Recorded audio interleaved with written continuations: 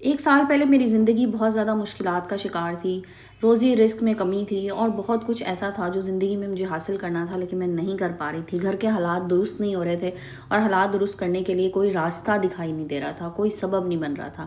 لیکن بس پھر ایک دعا اور اس نے زندگی بدل دی، اور وہ دعا میں نے شروع کی تھی پچھلے سال رمضان میں۔ ایسا کہنا ہے میری ایک بہن کا، جنہوں نے مجھ سے اپنی سٹوری شیئر کی اور انہوں نے مجھے دعا بتائی، اور انہوں نے کہا کہ میں نے جس طرح سے رمضان سے پڑھنا شروع کیا تھا اور جس طرح سے ایک سال کے اندر اندر زندگی میں تبدیلیاں آئی ہیں، وہ میں آپ لوگوں کے ساتھ شیئر کرنا چاہ رہی ہوں۔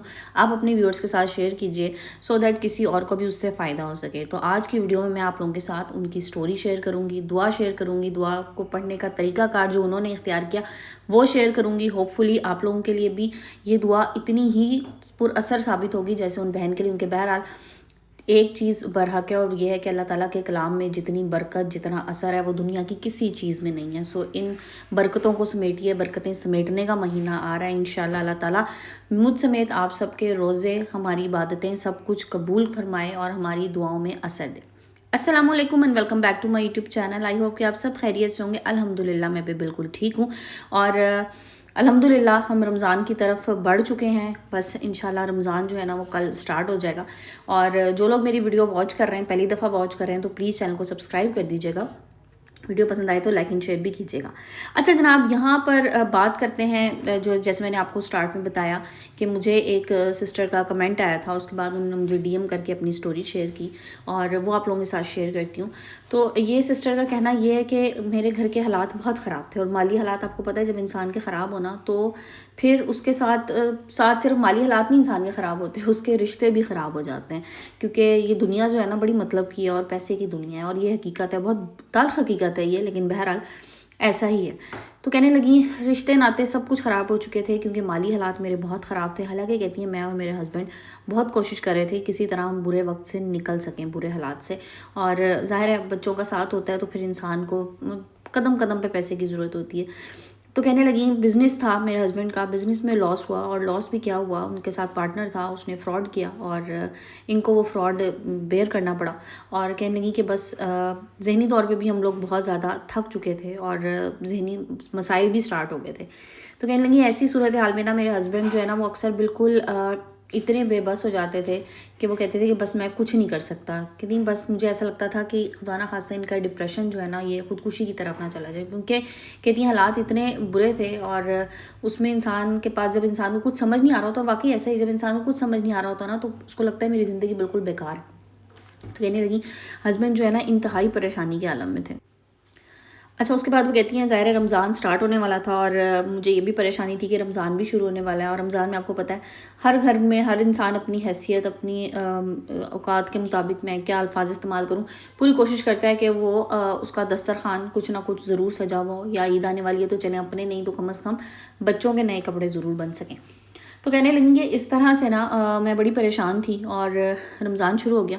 تو کہتی ہیں بس پھر میں نے اللہ تعالیٰ سے ہی دعا کی کہ اللہ تعالیٰ ہی میرے حالات کو بدلنے والا ہے، اللہ تعالیٰ ہی میرے حالات کو بدل سکتا ہے، اور انسان بالکل اللہ تعالیٰ کا محتاج ہے، انسان کچھ نہیں کر سکتا۔ میں کہتی ہوں انسان ایک قدم نہیں چل سکتا، انسان اپنی مرضی سے ایک سانس نہیں لے سکتا، تو بس پھر وہ کیا کر سکتا ہے، خود سے کچھ بھی نہیں کر سکتا۔ تو کہنے لگی میں نے اب پورے خشوع و خضوع کے ساتھ نا رمضان سٹارٹ کیا، اور رمضان میں نے یہ اپنا بنا لیا، ایم بنا لیا کہ میں نے اس رمضان میں نا جتنی عبادت مجھ سے ہو سکتی ہے بہت اچھے طریقے سے میں پورے دل کے ساتھ کروں۔ کہنے کی بس میری نیت ایسی تھی، اور میں نے نا شروع کر دی اپنی رمضان کی عبادت بھی۔ تو کہتی ہیں نماز میں نے سب سے پہلے اپنے آپ سے وعدہ کیا کہ میں نے نماز جو ہے نا وہ پوری 5 وقت کی پڑھنی ہے، اور پورے خلوص کے ساتھ پڑھنی ہے۔ تو کہنے لگی سب سے پہلی چیز میں نے اپنے آپ سے یہی کہا کہ نماز پوری پڑھنی ہے۔ تو کہنے لگی پہلے میں نے اپنی نماز جو ہے نا اس پہ فوکس کرنا شروع کیا، اور رمضان سے پہلے سے ہی کہنے لگی یہ کام میں نے شروع کر دیا، اور میں نے نمازیں جو ہے نا پوری 5 وقت کی باقاعدگی سے اور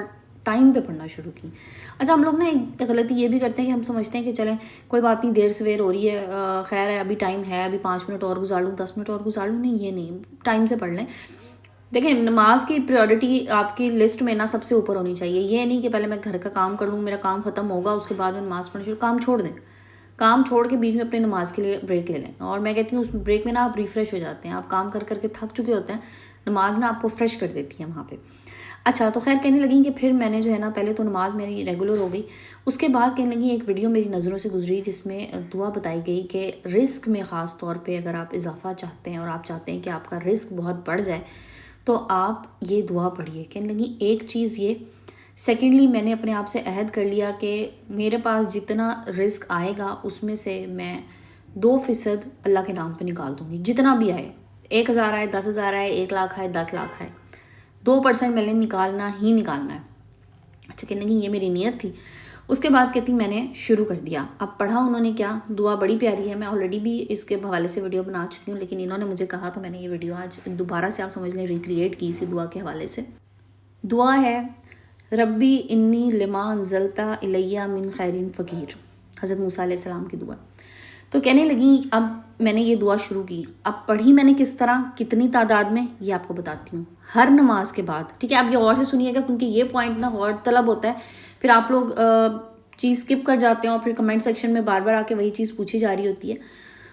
تو یہ پڑھی کس طرح سے, ہر نماز کے بعد اول و آخر 3 بار درود ابراہیمی, ٹھیک ہے, 3 بار شروع میں, 3 بار آخر میں درود ابراہیمی, اور بیچ میں 11 بار یہ دعا پڑھی, اور ہر نماز کے بعد یہ کرنا ہے, ٹھیک ہے.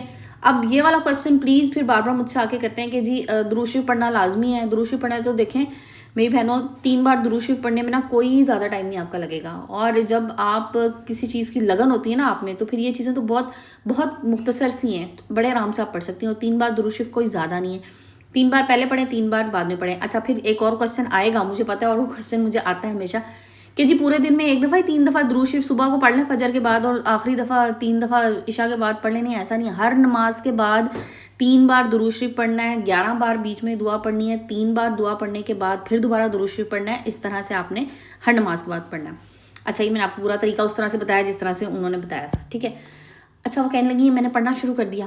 تو کہتی ہیں تقریباً 20 رمضان گزرا ہوگا, اور 20ویں رمضان کو نا جو ہمارے ساتھ فراڈ کیا تھا نا جن صاحب نے, جو پارٹنر تھے میرے ہسبینڈ, کہنے لگی پتہ نہیں ان کے دل میں کہاں سے یہ بات آئی, کہاں سے اللہ تعالیٰ نے ان کے دل میں نیکی ڈال دی کہ اس بندے نے نا میرے ہسبینڈ کو کال کر کے کہا کہ جی مجھ سے غلطی ہو گئی تھی اور میں بڑا شرمندہ ہوں اس پہ, تو میں تمہارے پیسے جو ہے نا واپس کر دوں گا. ایک دم سے میرے پاس نہیں ہے, کچھ اماؤنٹ میں ابھی بھیج رہا ہوں. لائک کہتی ہیں وہ اتنی اماؤنٹ تھی جیسے کہ اس ٹوٹل کا تقریباً 30%, یہ میں تمہیں ابھی دے دیتا ہوں, باقی میں تمہیں منتھلی بیسس پہ کر کے واپس کر دوں گا, اور میں بڑا شرمندہ ہوں اس بات پہ. تو کہنے لگی میں بڑی حیران ہوئی میں, اور کہنے لگی میری آنکھوں میں آنسو آ گئے اللہ تعالیٰ کے آگے کہ اللہ تعالیٰ میں بڑا گناہ گار سا بندہ, اور میں نے اس اچھی نیت کے ساتھ جو ہے وہ شروع کی دعا, تو تو نے واقعی میرے لیے غیب سے رزق کا وسیلہ بنا دیا, جو ہم سوچ بھی نہیں سکتے تھے, وہاں سے مجھے رزق ملنا شروع ہو گیا.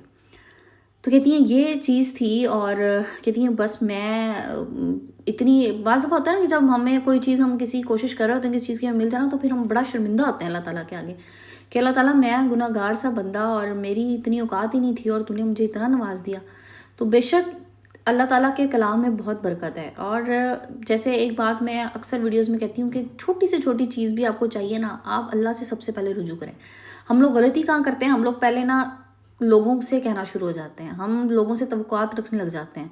دنیا کسی کی سگی نہیں ہے یہاں پہ, اور اس کے بعد نا جب ہم ہر طرف سے مایوس ہو جاتے ہیں نا, پھر ہم اللہ کی طرف جاتے ہیں. تو میری بہنوں جو مجھے سن رہی ہیں ابھی, سب سے پہلے آپ نے اللہ سے رابطہ کرنا ہے. آپ کو کچھ بھی چاہیے, وہ نا کہ جوتے کا تسمہ بھی چاہیے نا, تو آپ نے اللہ کے آگے جانا ہے سب سے پہلے مانگنے کے لیے. اور اللہ تعالیٰ کی وہ ذات ہے جسے مانگنا پسند ہے.